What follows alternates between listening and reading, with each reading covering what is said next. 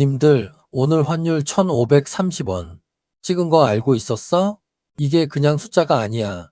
2009년 금융위기 이후 무려 17년 만에 처음 뚫린 숫자거든. 오늘 하루 코스피 4% 폭락, 코스닥 5% 가까이 박살. 시가총액으로 따지면 840조 원이 증발했어. 840조 원이면 삼성전자 시총의 2배가 넘는 돈이야. 근데 형님들, 진짜 무서운 건 이게 아니야. 이 돈이 그냥 공중에서 사라진 게 아니라는 거지.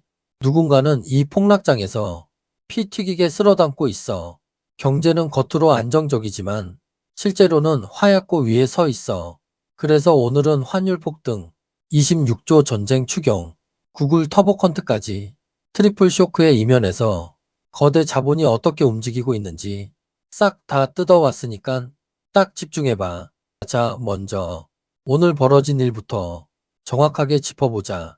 오늘 서울 외환시장에서 원달러 환율이 장중 1536원대까지 치솟았어. 종가 기준으로도 1530.1원. 글로벌 금융위기 때 말고는 본 적이 없는 숫자야. 코스피는 5052포인트로 224포인트 넘게 빠졌고 코스닥은 거의 5% 가까이 추락했어.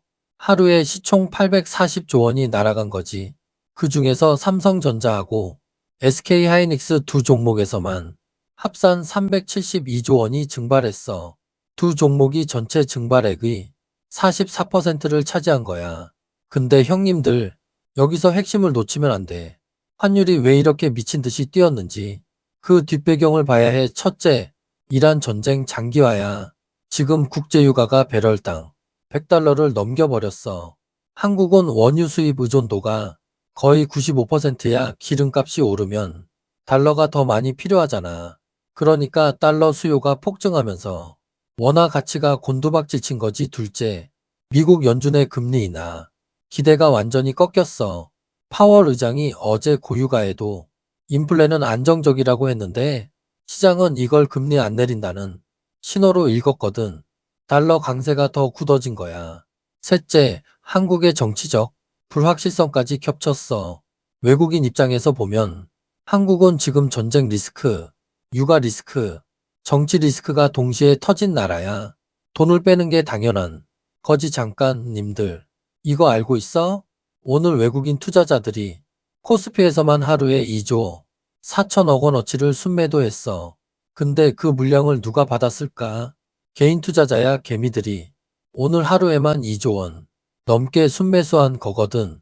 거대 자본은 폭락장에서 물건을 던지고 개미들은 싸졌다 하면서 두 손으로 받아. 매번 이 패턴이 반복돼. 스마트머니라고 불리는 외국계 자본하고 기관 투자자들은 이미 2월부터 한국 시장에서 돈을 빼기 시작했어. 이란 전쟁이 본격화되기 전부터 유가 상승 시그널을 읽고 선제적으로 움직인 거지.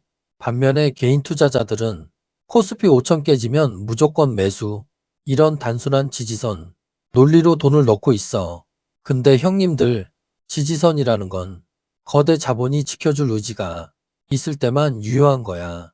지금처럼 외국인이 한국을 떠나는 구간에서는 지지선 같은 건 종이 한 장보다 얇아. 이걸 일상으로 비유하면 일에 펭귄이 시장에서 장을 보러 갔어. 근데 오늘 배추 가격이 반토막 났어. 펭귄은 와 세일이다 하면서 카트에 가득 담았지. 근데 왜 반토막이 났냐? 태풍이 오고 있어서 도매상들이 재고를 전부 떨어버린 거야. 내일 태풍 지나고 나면 배추 가격이 3배로 뛸 수도 있지만 그 전에 시장 자체가 물에 잠길 수도 있는 거지. 지금 개미들이 하고 있는 게 딱 이거야. 가격만 보고 들어가는데 왜 싸졌는지를 안 보고 있어. 자, 이제 두 번째 폭탄으로 넘어가자. 26조 2천억 원 전쟁 추경이야. 오늘 정부가 국무회의를 통과시켜서 국회에 제출했어. 규모를 뜯어보면 일회 고유가 부담 완화에 10조 원, 민생 안정에 4조 8천억 원, 산업피해 최소화에 5조 원, 나머지는 안보와 기타 대응이야. 소득 하위 70% 가구에 1인당 최소 10만 원에서 최대 60만 원까지 지역화폐형 지원금이 들어가. 형님들, 이게 좋은 소식 같지?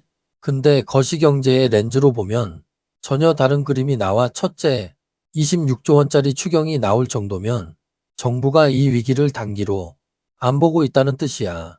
공식적으로는 6월까지 원유, 수급 문제 없다고 하지만 뒤에서는 비축유 스와프까지 전격 시행했어.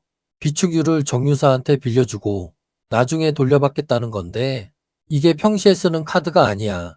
전시카드지. 둘째, 서울 휘발유 가격이 오늘 기준 리터당 1,940원을 넘었어. 2차 석유 최고 가격제가 시행된 지 닷새째인데도 가격이 연일 오르고 있거든. 정부가 가격을 못 잡고 있다는 뜻이야. 셋째, 주담대 금리 상단이 연 7%를 돌파했어. 이란 사태 전에 5%대 후반이었는데 한 달 만에 7%를 뚫은 거야. 3억 원 대출 받은 사람 기준으로 월이자가 70만 원 넘게 나와. 연간으로 따지면 이자만 840만 원이야.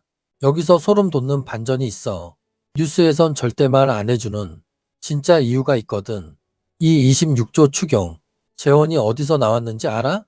초과세수 25조 원이야. 작년에 반도체 호황, 증시 화랑 덕분에 세금이 예상보다 25조 원이나 더 거친 거야. 즉, 작년에 반도체로 벌었던 돈을 올해 전쟁 때문에 다 토해내는 구조야. 돈은 순환하는데 그 순환의 방향을 결정하는 건 항상 거대 자본과 지정학이야. 진짜 질문은 이 추경이 누구를 위한 건지야. 표면적으로는 서민 지원이야. 근데 26조 원 중 10조 원이 고유가 부담 완화야. 이 돈의 상당 부분은 결국 정유사, 물류 대기업, 항공사 쪽으로 흘러가. 유류세 인하분은 소비자가 아니라 정유사 마진으로 흡수되는 경우가 역사적으로 반복돼 왔거든. 거대 자본의 흐름을 읽는 자만이 살아남는 거야. 자, 이제 마지막 세 번째. 폭탄 구글 터보컨트 쇼크야. 이게 왜 오늘 증시 폭락이 직접적인 방아쇠가 됐는지 설명해 줄게. 구글이 발표한 터보컨트는 AI 연산에 쓰이는 메모리 사용량을 기존의 6분의 1로 줄이고 연산 속도는 8배 올리는 기술이야. 이게 왜 무서우냐면 지금 삼성전자와 SK하이닉스의 주가를 떠받치고 있는 핵심 논리가 뭐야? AI가 폭발적으로 성장하면 고대역 폭메모리 HBM 수요가 끝없이 늘어난다는 거잖아. 근데 터보컨트가 상용화되면 같은 AI 작업을 6분의 1 메모리로 돌릴 수 있다는 거야. 수요 자체가 줄어들 수 있다는 공포가 시장을 덮친 거지. 실제로 미국에서는 마이크론, 샌디스크, 웨스턴 디지털 주가가 11%에서 20%까지 폭락했어. 국내에서도 삼성전자와 SK하이닉스가 오늘 하루에만 4%에서 6% 급락했고 이게 제2의 딥시크, 쇼크라고 불리는 이유야. 올해 1월에 중국 딥시크가 저비용 AI 모델을 내놨을 때도 반도체주가 박살났었잖아. 그때랑 패턴이 똑같아. 근데 형님들, 여기서 냉정하게 한 발짝 물러서야 해. 시장에는 제번스의 역설이라는 게 있어. 19세기 영국 경제학자 제번스가 발견한 건데 석탄 효율이 좋아지면 석탄 사용량이 줄 것 같지? 근데 실제로는 효율이 좋아지니까 석탄을 쓰는 곳이 더 많아져서 전체 소비량이 폭증했어. AI도 마찬가지야. 메모리 효율이 6배 좋아지면 그만큼 AI를 더 많은 곳에 쓰게 되는 거야. 단기적으로 주가는 공포에 박살나지만 중장기적으로 메모리 수요는 오히려 더 폭발할 수 있어. 세상에 100%는 없어. 감정이 아니라 숫자를 봐야 해자. 그럼 우리는 지금 당장 어떻게 해야 할까? 내 통장 지키는 가장 중요한 핵심 알려줄게. 첫째, 환율이 1,500원을 넘긴 구간에서 달러 자산 비중을 급하게 늘리면 안 돼. 이미 달러가 비싼 구간이거든. 환율 오르니까 달러 사야지. 이건 꼭대기에서 사는 거야. 둘째, 반도체주 물타기도 지금은 위험해. 터보컨트. 쇼크가 단기 이벤트로 끝날지 진짜 구조적 변화의 시작인지 최소 한두 달은 지켜봐야 해. 실적 시즌이 4월에 시작되니까 삼성전자, 하이닉스 1분기 실적 나오면 그때 판단해도 늦지 않아. 셋째, 지금 가장 확실한 건 현금 비중을 높이는 거야. 주담대 금리가 7%를 넘긴 상황에서 빚내서 투자하는 건 자살 행위야. 환율 불안, 육아 불안, 기술 변수 불안이 동시에 터진 구간에서는 아무것도 안 하는 것이 최고의 전략이야. 정리할게. 오늘 환율 1530원, 시총 840조 증발, 26조 전쟁 추경, 구글 터보컨트 쇼크. 이 네 가지가 하루에 동시에 터졌어. 우연이 아니야. 이란 전쟁이라는 지정학적 뇌관이 유가를 끌어올리고 유가가 환율을 밀어올리고 환율이 증시를 무너뜨리고 거기에 기술 변수까지 겹치면서 한국 경제에 트리플 쇼크가 들이닥친 거야. 이 연쇄 구조를 이해하는 사람만이 다음 파도를 미리 볼 수 있어. 그리고 가장 중요한 건 이 폭락장에서 외국인은 팔고 개미는 사고 있다는 거야. 역사적으로 이 패턴이 나오면 바닥이 아니라 더 깊은 바닥이 있었어. 2008년 금융위기 때도 2020년 코로나 때도 외국인이 매도를 멈추기 전까지 진짜 바닥은 안 왔거든. 형님들. 지금은 욕심 버리고 현금 쥐고 기다리는 사람이 이기는 장이야. 거대 자본의 흐름을 읽는 자만이 살아남는 거야. 오늘 이야기 진짜 도움됐다 싶으면 좋아요 한 번씩 시원하게 꼭 눌러주고 궁금한 종목이나 궁금한 경제 뉴스 있으면 댓글로 알려줘. 내가 또 밤새서 이런 도움되는 리포트 뒤지고 팩트 체크해서 다음 영상으로 가져올게.